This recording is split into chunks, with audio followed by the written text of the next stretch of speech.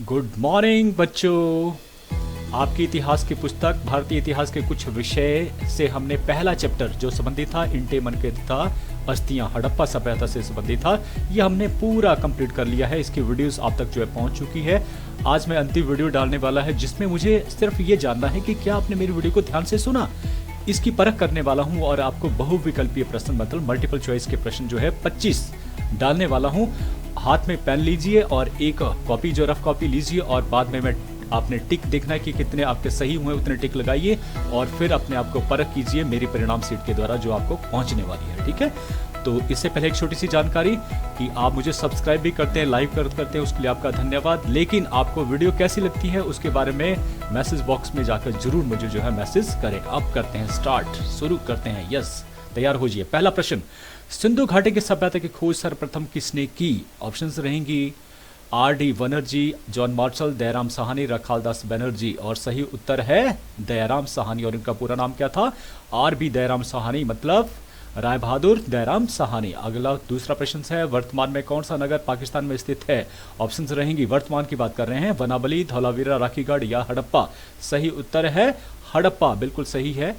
तो हड़प्पा जो है वर्तमान में यहाँ पाकिस्तान में स्थित है। फिर बात करते हैं भारत में, वर्तमान में भारत में कौन सा नगर स्थित है? यस, ऑप्शंस रहेंगी हड़प्पा, मोहनजोदड़ो, आलमगीरपुर या फिर चौहदड़ो। सही उत्तर है आलमगीरपुर। चौथा प्रश्न है, मोहनजोदड़ो किस नदी के किनारे पर स्थित है? ऑप्शंस रहेंगी, मोहनजोदड़ो की बात कर रहे हैं हम, याद कीजिए, रावी, सतलुज, चुनाव या चिनाब है ये, या सिंधु। सही उत्तर है सिंधु नदी के किनारे। तो आइए जानते हैं दोनों ही। सबसे पहले हमने बात करी आलमगीर पर। ये जो है इस सभ्यता का पूर्वोत्तर का सबसे दूर स्थित जो है वो नगर था जो उत्तर प्रदेश में है। और दूसरा हमने बात करें सिंधु नदी के किनारे, तो आप देखेंगे सिंधु नदी जो है इस तरह मानसरोवर के नज़दीक से निकलती है, जम्मू कश्मीर से होती है, पाकिस्तान का अधिकतर हिस्सा में चले जाती है। और यहीं से बहुत सारी नदियाँ जो सहायक नदियाँ जो हिमाचल से होकर भी जाती हैं, उनमें रावी नदी है, चिनाब नदी है, या फिर आपकी ब्यास है, या और भी। तो इस प्रकार से ये हमने बात करी सिंधु नदी की। अब बात करते हैं पांचवें प्रश्न की, हड़प्पा किस नदी के किनारे पर स्थित है? हड़प्पा, याद कीजिए, हड़प्पा किस नदी के किनारे स्थित है? अभी मैंने बताया है, रावी, सतलुज, चिनाब या फिर सिंधु। सही उत्तर है रावी। यस, अगर आप देखेंगे यहाँ पर तो ये हड़प्पा है और ये रावी नदी है, तो रावी नदी के किनारे पर स्थित था। छठा प्रश्न रहेगा, मोहनजोदड़ो का अर्थ क्या है? यस, ऑप्शन रहेंगी विशाल नगर, विशाल घर, मोहन का घर या फिर मृतकों का टीला। याद कीजिए जल्दी, बिल्कुल सही है मृतकों का टीला। मृतकों टीला क्यों कहा जाता था? क्योंकि यहाँ से 7 परतें मिली है। इसका मतलब ये शहर जो था 7 बार बसा भी और उजड़ा भी प्राकृतिक आपदा के कारण। इस प्रकार से यहाँ मानव के बहुत सारे कंगाल जो है मिले हैं।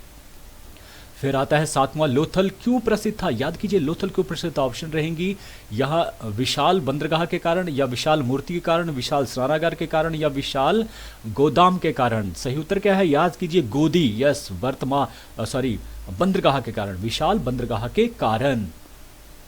और ये बंदरगाह इस तरह से जो बनाई गई थी और यहीं से जो आपके पश्चिमी देश से, अरब देश से उनके साथ व्यापार किया जाता था। आठवां प्रश्न रहेगा, हरियाणा में कौन सा नगर स्थित है? हरियाणा में याद कीजिए बनावली, धौलावीरा, हड़प्पा, मोहनजोदड़ो। सही उत्तर है यस।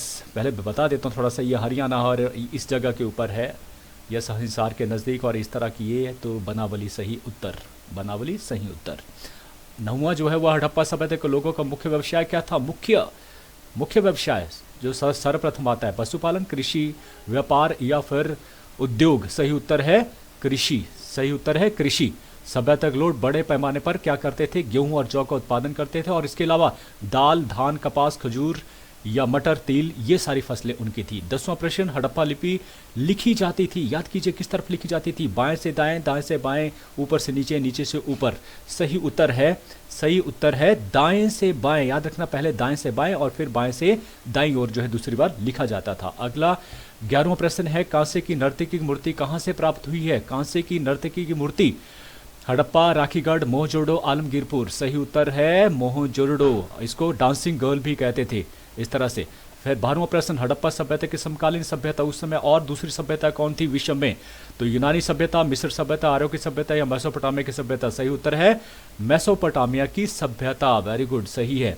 आगे बढ़ते हैं 13वां प्रश्न, हड़प्पा सभ्यता का अन्य नाम क्या है? और क्या क्या नाम थे इसके? आर्यों की सभ्यता, मिस्र की सभ्यता, उत्तर वैदिक सभ्यता या सिंधु घाटी की सभ्यता? सही उत्तर है सिंधु घाटी की सभ्यता। 3 नाम थे, हड़प्पा सभ्यता, सिंधु घाटी सभ्यता और कांस्य युग सभ्यता। 14वां प्रश्न है, सिंधु घाटी की सभ्यता की खोज सर्वप्रथम किस वर्ष में की गई थी? वर्ष बताना है आपको। 1912, 1921, 1922, 1923। दयाराम साहनी, याद कीजिए 1921 सही उत्तर है।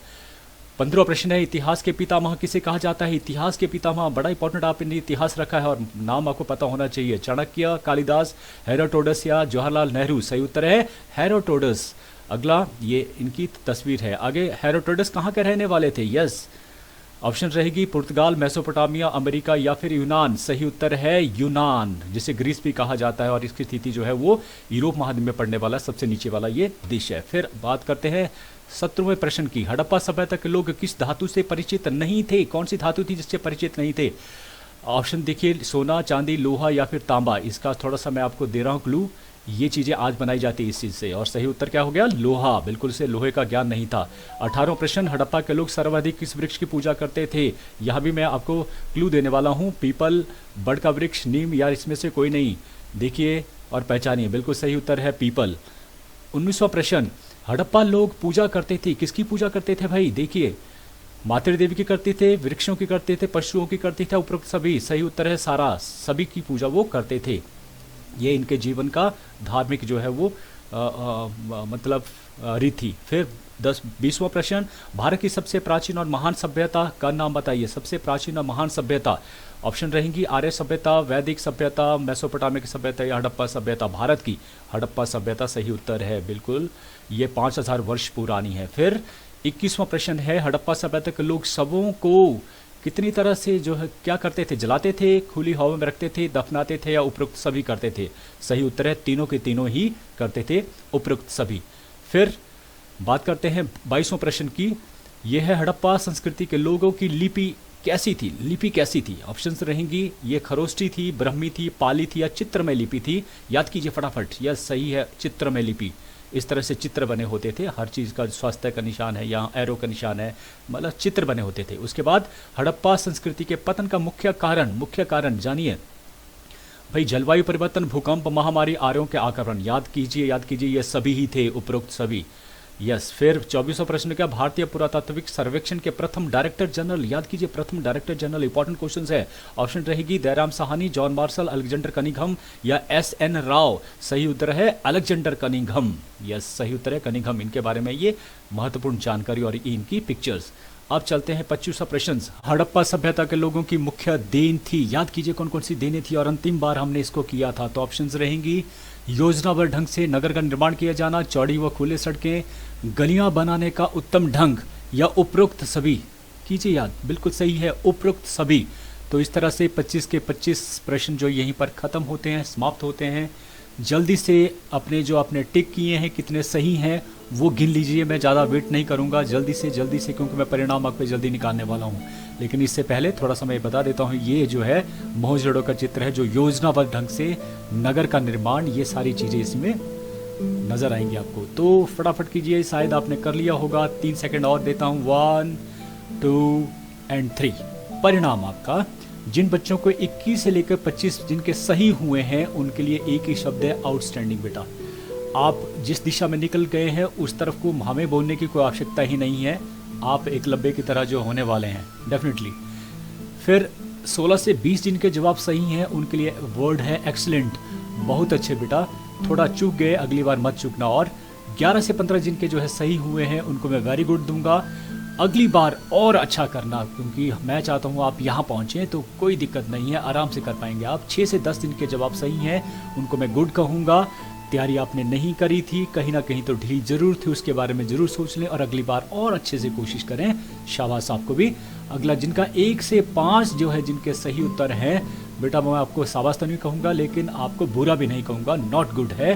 हो सकता है आप किसी वजह से नहीं पढ़ पाए, अगली बार जो है देखिए जिन्होंने नहीं पढ़ पाया, जान के नहीं किया, उनके लिए तो ये शब्द है कि भाई मेरी गलती है, आगे नहीं होगी, अच्छा करूँगा मैं आगे।